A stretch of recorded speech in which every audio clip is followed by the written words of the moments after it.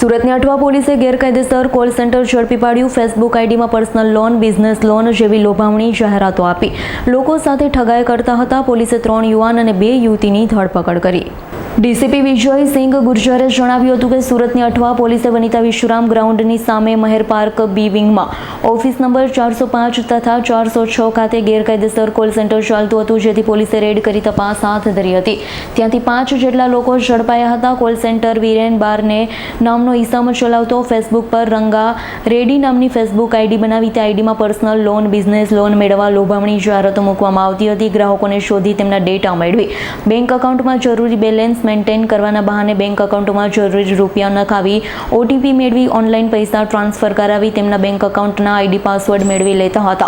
પોલીસે 5 લોકોની ધરપકડ કરી છે, જેમાંથી 2 યુવતીઓ છે। પોલીસે 13 જેટલા મોબાઈલ ફોન, 4 લેપટોપ અને અન્ય મુદ્દામાલ મળી 1,43,000નો મુદ્દામાલ કબજે કર્યો છે। પોલીસે ગેરકાયદેસર કોલ સેન્ટર પરથી વીરેન, નીતિન બારને, રાહુલ અશોકભાઈ બાવીસકર, ઋતુજા સુધાકર પાટીલ, આશીષ સંતોષ પાલ અને પૂજા પ્રહલાદ રાઠોડની ધરપકડ કરી છે। પકડાયેલા આરોપીએ પૂછપરછમાં જણાવ્યું છે અંદાજિત 300થી વધુ લોકો પાસેથી લોભામણી જાહેરાત થકી પૈસા પડાવ્યા છે।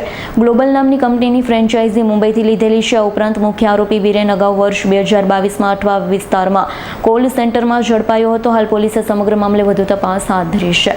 अठवा पुलिस स्टेशन विस्तार में अठवा पुलिस स्टेशन के सर्विलेंस स्टाफ को इन्फॉर्मेशन मिला कि वनिता विश्राम के सामने महेर पार्क के बी विंग है, उसमें 405 और 406 नंबर के ऑफिस है, उसमें गैरकायदेसर कॉल सेंटर चल रहा है। तो वहाँ जाके उन्होंने तपास किया तो वहाँ पे 5-6 लोग मिले जो कॉल सेंटर तरीके काम कर रहे थे। आरंभिक पूछताछ में उन्होंने बताया कि हम एक कंपनी के लिए कॉल सेंटर की सेवाएं दे रहे हैं, पर थोड़ा डिटेल में पूछताछ किया गया तो उन्होंने अपना जो एमओ है वो इस तरह से बताया कि उन्होंने एक रंगा रेड्डी नाम से एक फेसबुक आईडी बना रखी है। उस आईडी पे वो लोग एडवर्टाइजमेंट करते हैं कि किसी को भी पर्सनल, बिजनेस, एजुकेशन इस तरह का लोन चाहिए तो आप हमसे संपर्क करिए। जब एक बार कोई भी आदमी उनसे संपर्क कर लेता है तो उसका नंबर वो इन कॉल सेंटर में, एक आदमी है जो फेसबुक को मेंटेन करता है, बाकी आदमी है जो कॉल करते हैं, उनमें 2 लड़कियां हैं, बाकी लड़के हैं, तो उन लड़कियों को दे देते हैं। उनके पास में 13 मोबाइल थे। उन मोबाइल नंबर से फिर वो व्हाट्सएप पे और नॉर्मल कॉल से कंटिन्यू जो आदमी इंक्वायरी करता था उससे बातचीत करते थे। और प्रोसेसिंग फ़ीस के नाम पे ये लोग 10,000 से 12,000 रुपये अपने अकाउंट में उनसे डलवा लेते थे। कुछ केसेस में उनका कहना है कि हम लोग जो अकाउंट होल्डर है उसकी सारी अकाउंट की डिटेल है वो हम लोग ले लेते थे और बाद में उसका अकाउंट भी हम ही लोग ऑपरेट करते थे। तो उसकी भी हम लोग अभी तपास कर रहे हैं कि कितने अकाउंट इस तरह से उन्होंने अपने कब्जे में लिए हैं। उनके पास में 4 लैपटॉप मिले हैं जिनमें करीब 300 से ज़्यादा ऐसे लोगों का लिस्ट है जिनसे इन्होंने पैसा ले लिया है। कुछ लोग ऐसे हैं जिन्होंने इनको अप्रोच किया, जिनसे बात हुई लेकिन पैसा नहीं लिया, लेकिन पिछले 2-3 महीने में उन्होंने 300 से ज़्यादा लोगों से पैसा ले लिया है। और टोटल जो अमाउंट है वो करीब 45 लाख के आसपास का है जो इन्होंने चीटिंग कर लिया है। ये इनका एक ऑफिस है जिसमें ये 5 लोग बैठते हैं। एक वीरेन नितिन बारने है, ये पांडेसरा का रहने वाला है। राहुल अशोक भाई बाविस्कर है, ये पर्वत पाटिया का रहने वाला है। आशीष संतोष पाल है, ये गोडादरा का रहने वाला है। ऋतुजा सुधाकर पाटिल है, ये मूल जलगांव की रहने वाली है। पूजा प्रहलाद राठौड़ है, ये भी जलगांव की रहने वाली है। ये दोनों लड़कियां लिंबायत में रहती हैं और इस कॉल सेंटर में काम करती हैं।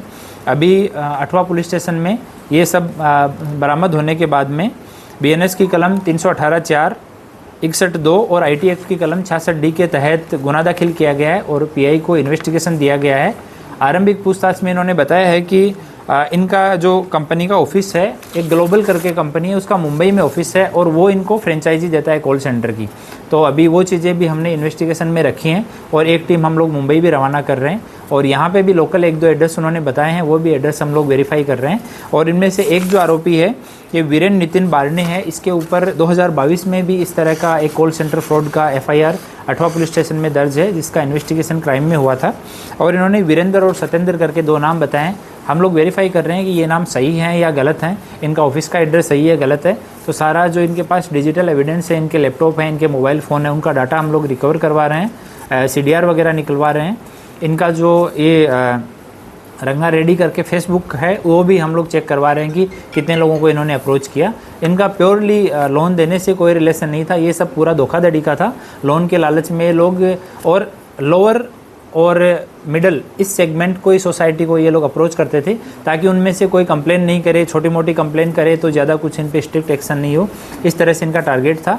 और उनका आरंभिक पूछताछ में ये कहना है कि हमें गुजरात में किसी भी आदमी से बात करने के लिए क्लियर ऊपर की ऑफिस से साफ मना किया हुआ था, इसलिए इनका कोई भी भोग बननार गुजरात का नहीं है।